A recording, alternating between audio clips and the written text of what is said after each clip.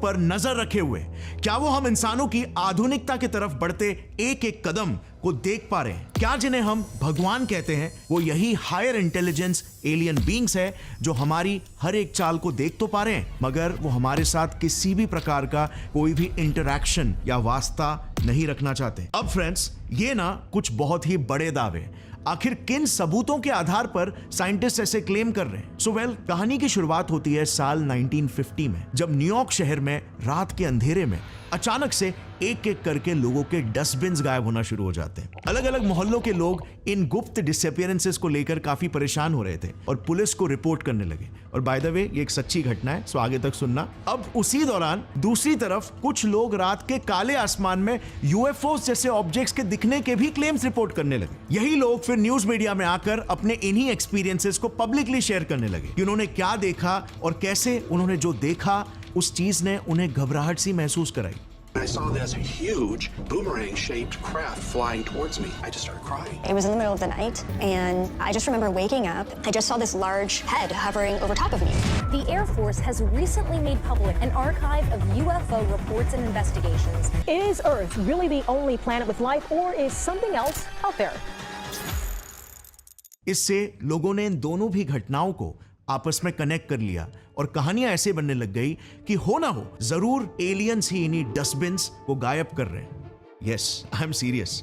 ये नैरेटिव इतना पॉपुलर हो गया था कि द न्यूयॉर्कर मैगजीन में इसी को लेकर एक फेमस ड्राइंग भी पब्लिश हुई जिसमें एलियंस रात के अंधेरे में पृथ्वी से डस्टबिन्स उठाकर भाग रहे हैं। अब उसी समय अमेरिका के लॉस एलमोस में उस दौर के कुछ जीनियस साइंटिस्ट साथ में बैठकर लंच कर रहे थे और एज यूजुअल ब्रह्मांड भर के मुद्दों पर चर्चा कर रहे थे। और तभी उनमें से एक जौहरी की नजर इसी हीरे जैसी ड्राइंग पर पड़ी जिसने एकदम से उनके दिमाग में एक ऐसा सवाल खड़ा कर दिया जिसके जवाब को ढूंढने के लिए आने वाले कई दशकों तक टॉप जीनियस साइंटिस्ट अपनी नींदें गवाएंगे। ये साइंटिस्ट और कोई नहीं बल्कि अमेरिका के मैनहट्टन प्रोजेक्ट, जिसके तहत दुनिया का पहला न्यूक्लियर बॉम्ब बना था,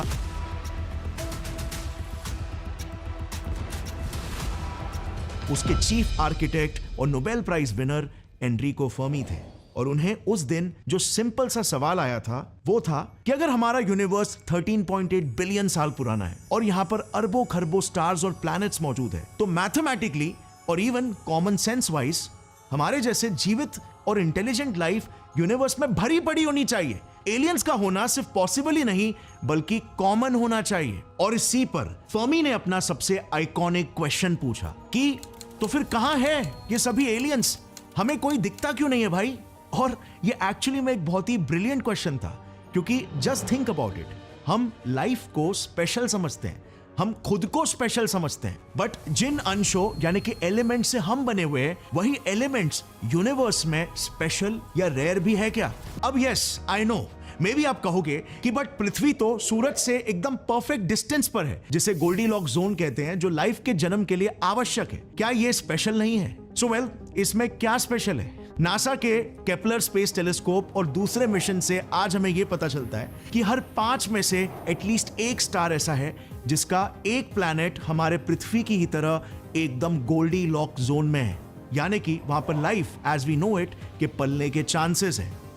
अब जरा इस चीज को कंसिडर करना, दिमाग घुमा देगा ये आपका।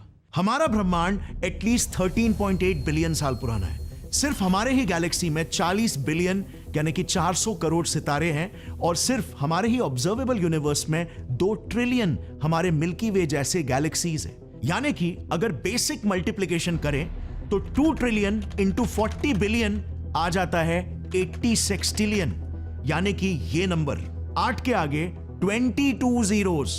अब इसमें टाइम डिमेंशन को भी ऐड करते हैं जो है 13.8 बिलियन ईयर्स, जितने समय से ब्रह्मांड यहां पर मौजूद है। सो अब मेरा सिंपल सा सवाल आपसे यह है कि इतने सारे सितारों में इतने लंबे अरसे से, और वो भी एक ऐसे ब्रह्मांड में जहां पर हम जैसे लाइफ के रॉ मटेरियल्स एकदम कॉमन है, क्या हम ही इतने स्पेशल है कि हम इकलौते इंटेलिजेंट जीव होंगे? अब इस पर भी गौर करना, यह भी आपका दिमाग घुमा देने वाला है।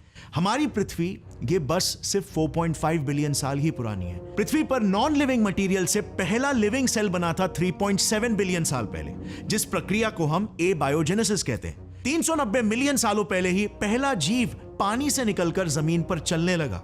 डायनासोर्स जो हमें बहुत ही प्राचीन जीव लगते हैं, बट वो तो सिर्फ कुछ 250 मिलियन साल ही पुराने हैं और 65 मिलियन सालों पहले तो वो विलुप्त भी हो गए।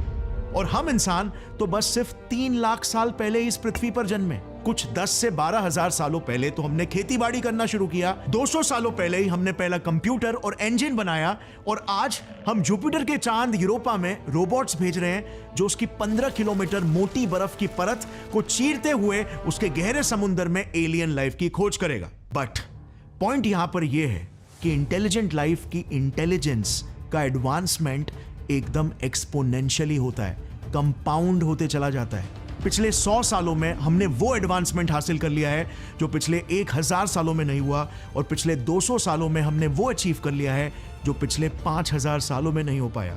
और हमें पृथ्वी पर जन्म लेकर बस सिर्फ 3.7 बिलियन साल ही हुए, क्योंकि पृथ्वी खुद ही 4.5 बिलियन साल पुरानी है, मगर ब्रह्मांड तो 13.8 बिलियन साल पुराना है ना। अब मान लो जहां पर हर 5 में से एक प्लैनेट गोल्डीलॉक जोन में है, लाइफ के जो इंग्रेडिएंट्स है वो सुपर कॉमन है और अरबों खरबों प्लैनेट्स और स्टार्स ब्रह्मांड में मौजूद है, तो ऐसे में अगर किसी पृथ्वी जैसे ही ग्रह पर लाइफ हमसे थोड़ी ही और पुरानी हुई तो मान लो वो बस ज्यादा नहीं, बस 300 मिलियन साल ही पुरानी हुई तो पृथ्वी पर लगभग 300 मिलियन सालों में पानी से पहला जीव निकलकर हम जैसा सुपर इंटेलिजेंट जीव बन गया। हम जैसा सुपर इंटेलिजेंट जीव सिर्फ 200 सालों में टेक्नोलॉजी एडवांसमेंट में कहां से कहां पहुंच गया। हम 300 मिलियन सालों बाद कहां पर होंगे, जस्ट इमेजिन। और जहां हम होंगे, क्यों यह नहीं हो सकता कि कोई और जीव इस अनगिनत और असीमित संभावना से भरे ब्रह्मांड में ऑलरेडी उस लेवल पर पहुंच चुका है। वो हमसे 300 मिलियन साल तो क्या, शायद 3 बिलियन साल भी एडवांस हो सकता है। हम कल्पना भी नहीं कर सकते वो जीव कैसा होगा। हमारी बुद्धि और उनकी बुद्धि में एक मकड़ी और इंसान की बुद्धि में जितना अंतर होता है ना, उससे भी 1000 गुना ज्यादा अंतर होगा। तो ऐसे इतने प्रभावशाली एलियंस का अस्तित्व हमें इस ब्रह्मांड में क्यों दिखाई नहीं देता? अच्छा, अब एक इंटरेस्टिंग चीज ये है कि अगर आप धार्मिक किताबों में भी देखोगे ना, तो कई धर्मों की किताबों में, जैसे कि भगवत गीता, बाइबल और कुरान, इन सभी में भी इसी ओर इशारा किया गया है कि हमसे कोई और पावरफुल बीइंग, जिन्हें हम भगवान, गॉड या अल्लाह कहते हैं, वो हम पर नजर रखे हुए हैं।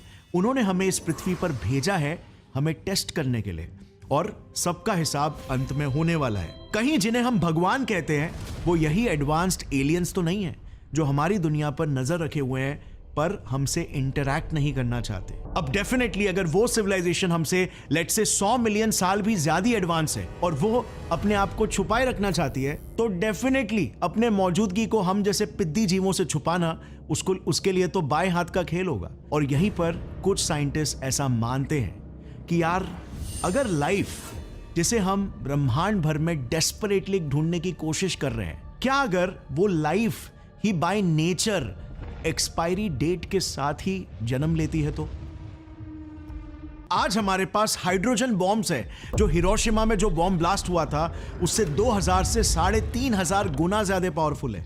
केमिकल वेपन्स है, बायोलॉजिकल वेपन्स है जो ग्लोबल पैंडेमिक्स कॉज कर सकते हैं। फिर दूसरी ओर हमें आर्टिफिशियल इंटेलिजेंस और क्वांटम कंप्यूटर्स का खतरा है। यह कहीं इंसानियत का फुल फैक्ट्री रीसेट ना कर दे। सो क्या यही वो बीमारी है जो हर इंटेलिजेंट लाइफ अपने साथ लेकर जन्म लेती है? खुद के ही आधुनिकता से खुद की ही सभ्यता के अंत का कारण बनना।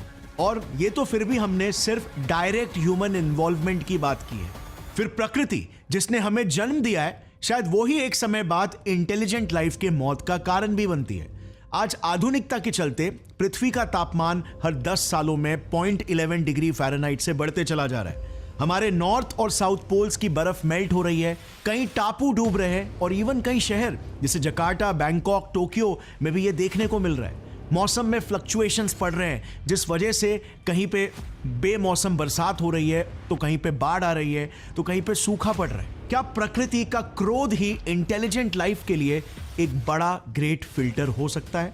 फिर भूकंप, सुनामीज और वोल्केनो बर्स्ट का खतरा, एस्ट्रॉइड स्ट्राइक या गैमा रे बर्स्ट का खतरा।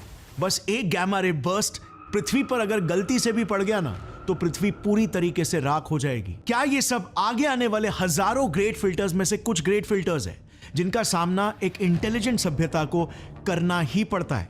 और शायद वो इन सभी फिल्टर्स में से हर बार किसी ना किसी फिल्टर में फिल्टर आउट हो ही जाते हैं और खत्म हो जाते हैं। और अगर ये सच है तो क्या कोई ग्रेट फिल्टर हमारी सभ्यता के भी आगे खड़ा है, जो हम इंसानों के एडवांस सिविलाइजेशन बनने के अरमानों पर हमेशा के लिए फुल स्टॉप लगा देगा? अगर ये वीडियो का क्लिप आपको पसंद आया तो पूरी वीडियो चेक करना मत भूलना, लिंक नीचे डिस्क्रिप्शन में है।